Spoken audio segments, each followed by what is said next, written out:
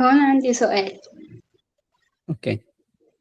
يعني إحنا مثلا لما هنختار نقطة من الموضوع، مهم. يعني يعني ممكن مثلا النقطة دي إحنا مش بيبقى عندنا المعلومات يعني بعيدا عن الحصيلة اللغوية مش بيكون، صح. ممكن ما يكونش عندنا المعلومات إن إحنا نعرف نتكلم. ممتاز فهل بالظبط. هل لما نيجي نبحث عن المعلومات دي، هل هنقرأ عن الموضوع بالعربي ولا نقرأ بالإيطالي؟ بالاثنين.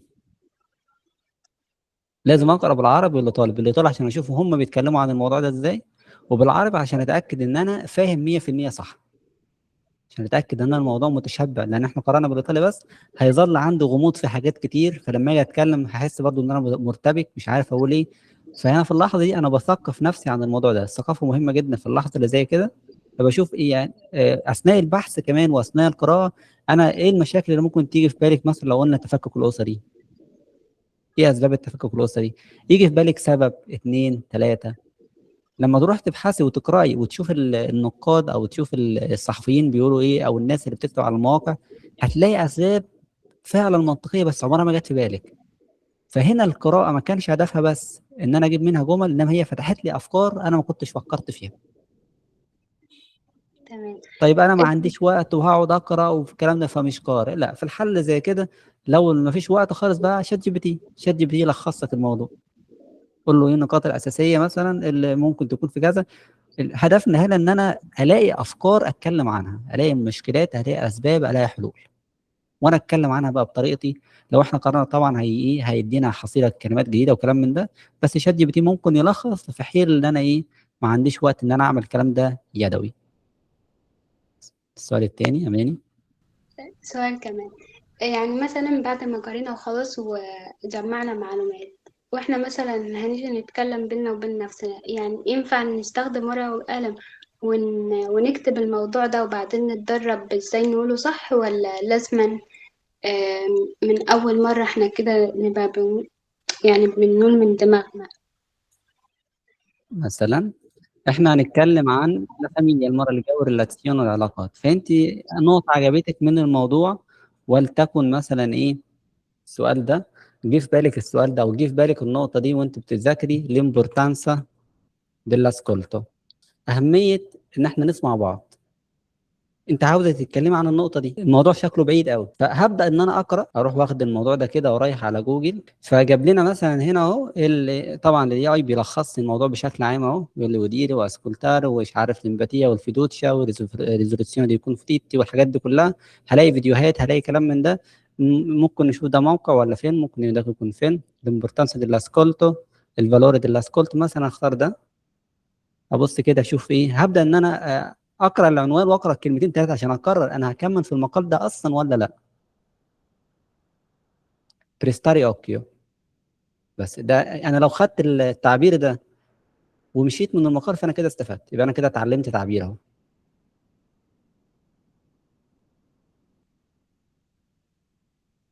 لو اتعلمت المعنى ده ممتاز. اسكولتاري ونارت دا امبراري. فهبدا بلقط انا التعبيرات اللي زي كده، ان الاستماع مهاره احنا محتاجين نتعلمها. مثلا لو رحت لشات جي بي تي يبدا هو يديني حاجات اهو زي كده، فهيبدا ان انا ايه الاقي حاجات جاهزه انا ممكن استفيد بيها. لكاوزا، لموتيفي، لكونسيكونسا، لبوسيبل سوليوشن. فانا هاخد الكلام ده وارجع بقى لايه للسؤال اللي انا كنت حطيته، فهبدا احط مثلا الامبورتانسا. اول حاجه انا هتكلم عن اهميه الاستماع، فارجع تاني لشات جي بي تي ادور ومعايا الملف بتاعي اشوف لو في كلمه انا اقدر استفيد بيها مثلا من الملف ولا لا. فقرات الملف مثلا وذاكرته، فاشوف لو في تعبيرات مثلا احنا من دلوقتي بنتكلم عن امبورتانسا. اه حلوه ريسبكتاري، اخد ريسبكتاري معايا مثلا. ريزولفر مثلا اخد ريزولفر كمان معايا، وارجع للصفحه بتاعت اللي انا بكتب فيها، فانا هاجي تحت اول عنصر اللي هو امبورتانسا هحط فعلين مهمين جدا، ريزولفر مثلا و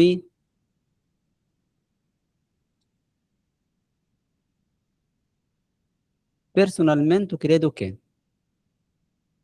فالكلمتين دول احاول ان انا ادخلهم في كلامي وانا بجاوب او انا بحضر للسؤال ده. النقطه الثانيه مثلا، لكاوزا، ايه اسباب الكونفليكت، لكاوزا دي كونفليكت مثلا. هرجع لشات جي بي تي وهرجع للمقال بتاعي اللي انا بقراه عشان ادور عن الكاوزا مثلا.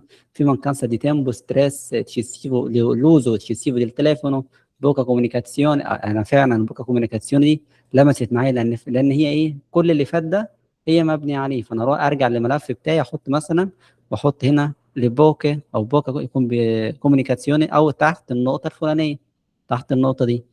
يبقى كده اللي قصادها الشرطه دي النقطه الاساسيه، الامبورتانس، النقطه الاساسيه تحتها كم كلمه انا هستخدمهم. هنا مثلا لكاوزه في كم كلمه انا هستخدمهم.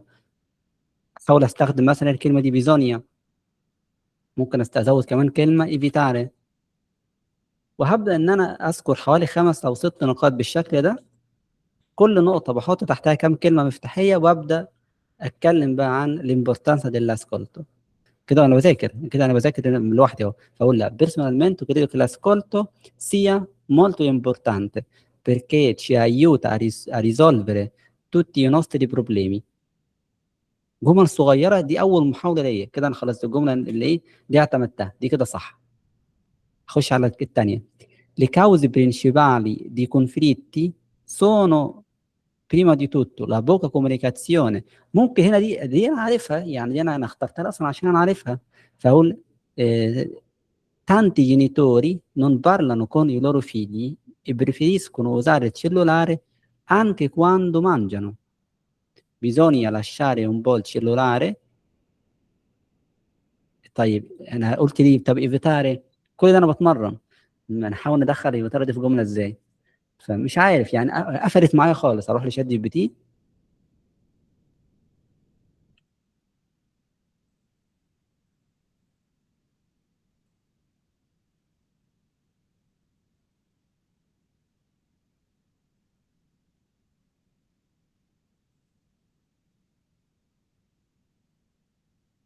طبعا حطها في سؤال.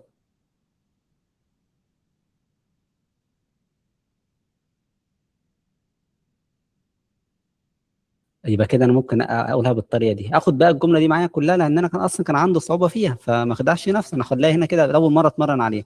Possiamo evitare questi problemi dedicando più tempo alla famiglia. Possiamo evitare questi problemi dedicando più tempo alla famiglia.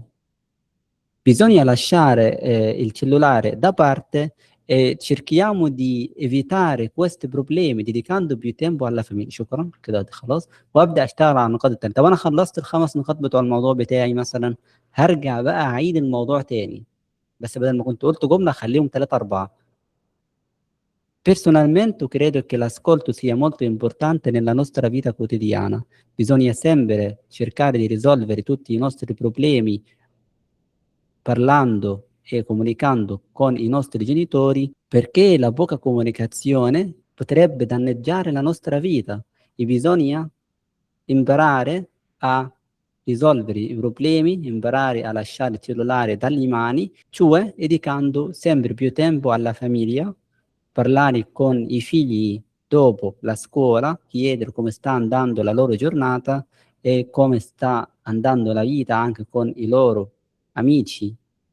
فابدا كل مره ان انا ازود. خلصت المره الثانيه مثلا في المحاوله بتاعتي، بلاقي ان بكتشف ان انا بلاقي التعبيرات قابلتني مشكله هنا في وصف الجمله دي في الجمله الثانيه.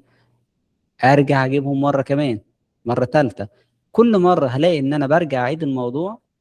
كل ده ما كناش مشغلين الصفحه الثانيه. اوكي. كل مره هلاقيني ان انا برجع اعيد الموضوع بتاعي، بلاقي نفسي ان انا بضيف عليه جديد وبصحح حاجات. يبقى دي كده طريقه المذاكره لحد ما اوصل ان انا ايه، l'ascolto è molto importante. ده انا نسيت اروح موقف التسجيل عيد تاني. Penso che l'ascolto sia molto importante nella nostra vita quotidiana perché via l'ascolto o ascoltando la nostra famiglia possiamo capire come pensano, possiamo evitare conflitti familiari.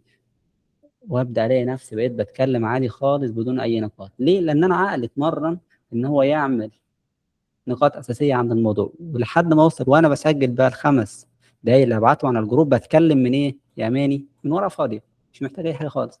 لان انا متذكر النقاط الاساسيه من كتر ما انا كررتهم، متذكر كمان الكلمات اللي انا ممكن استخدمها، ولكن الجمل الطويله دي انا مش حافظها، انا بكل مره بنتجها بايدي، فده يكون مفيد جدا. دي طريقه ان انا احضر ال5 دقايق اللي ابعتها على الجروب، وطريقه كمان ال5 دقايق اللي بنبدا بيها الليسيون.